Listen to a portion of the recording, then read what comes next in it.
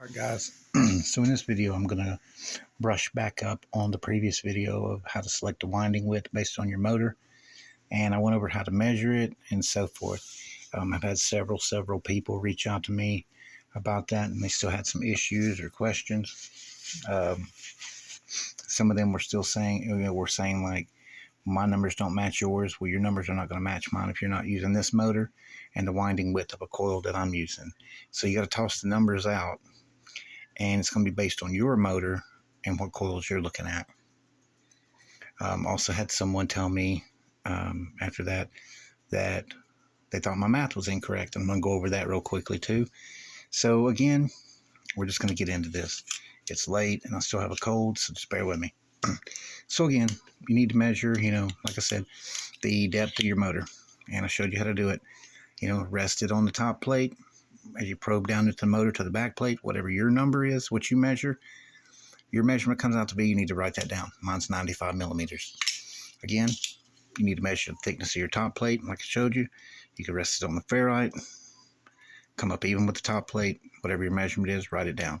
If you have a top plate that tapers and then goes flat, I told you, get you a ruler or a straight edge or something flat, lay it across the top plate, rest on the ferrite, measure up to the bottom of your straight edge.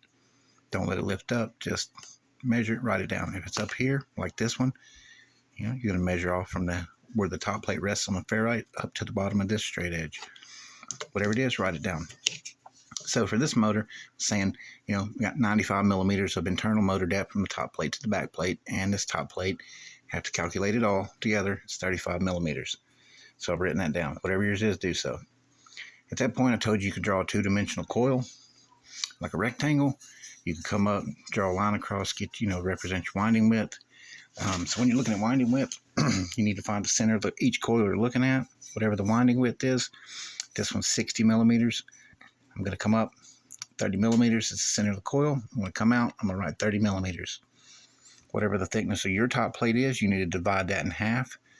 Half of this one, being 35, is going to be 17 and a half. You're going to go up half the thickness of your top plate. You're going to go north of center or above center. Draw your line, whatever yours is. Mine's 17 and a half. So I'm going to draw it out, and I'm going to write 47 and a half millimeters. The reason for that is from this line that we made up top to the bottom of the coil is 47 and a half millimeters. This line that you've drawn is going to set when your coil is in, when you're assembling your subwoofer, that line is going to, it's going to be visible and even with the edge of the top plate up here.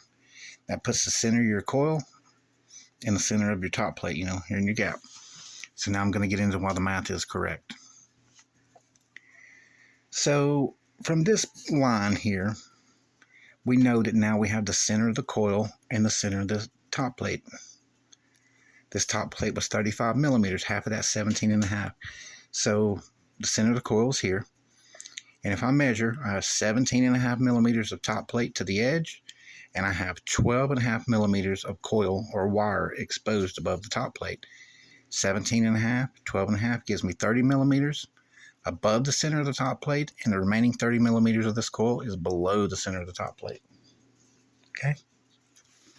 Now that we know that mark right there is setting flush with the top plate, and we know the coil is centered in it, we know that from this line to the bottom of the coil is 47 and a half millimeters.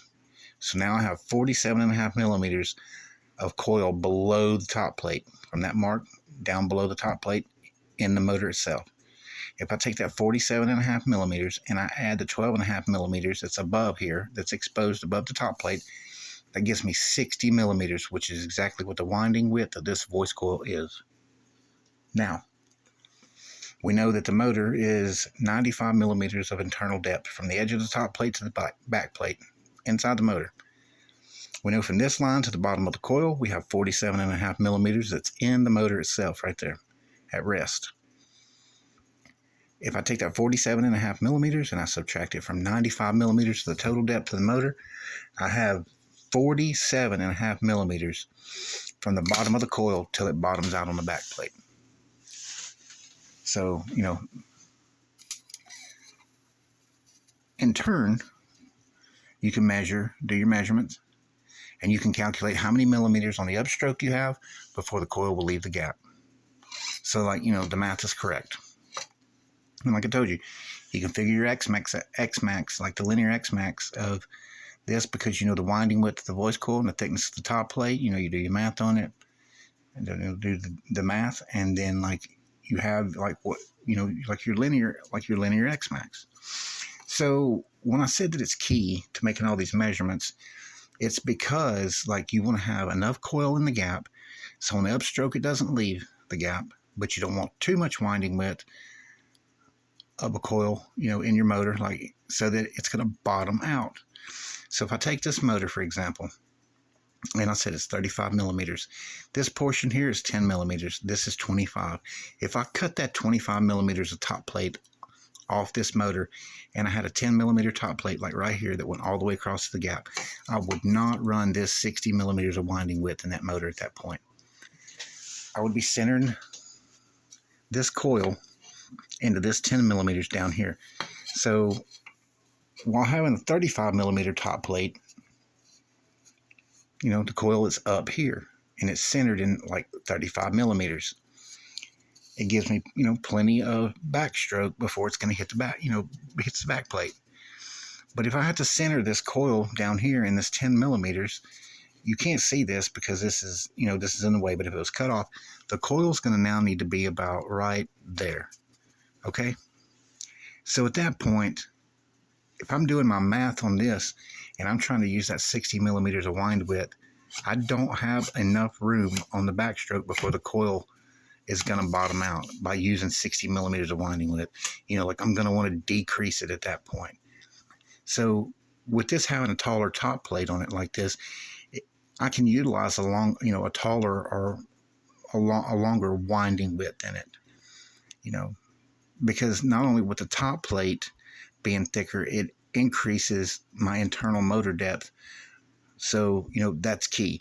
If you're wanting me to help you with this, like I need precise measurements, whether you're giving me the outer diameter of the pole and the inner diameter of the top plate, along with the motor depth and top plate thickness, and you're wanting me to help you find a coil, all around that's going to work in your motor.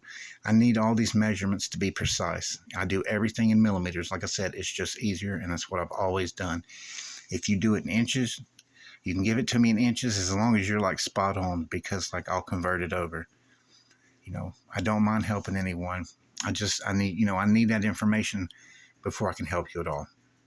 So I hope this kind of clears it up between the previous video and this one. If you have any questions, you can leave them in the comments. You can always email me as well. I'm always available to help. So I appreciate you guys watching, and I will see you on the next one.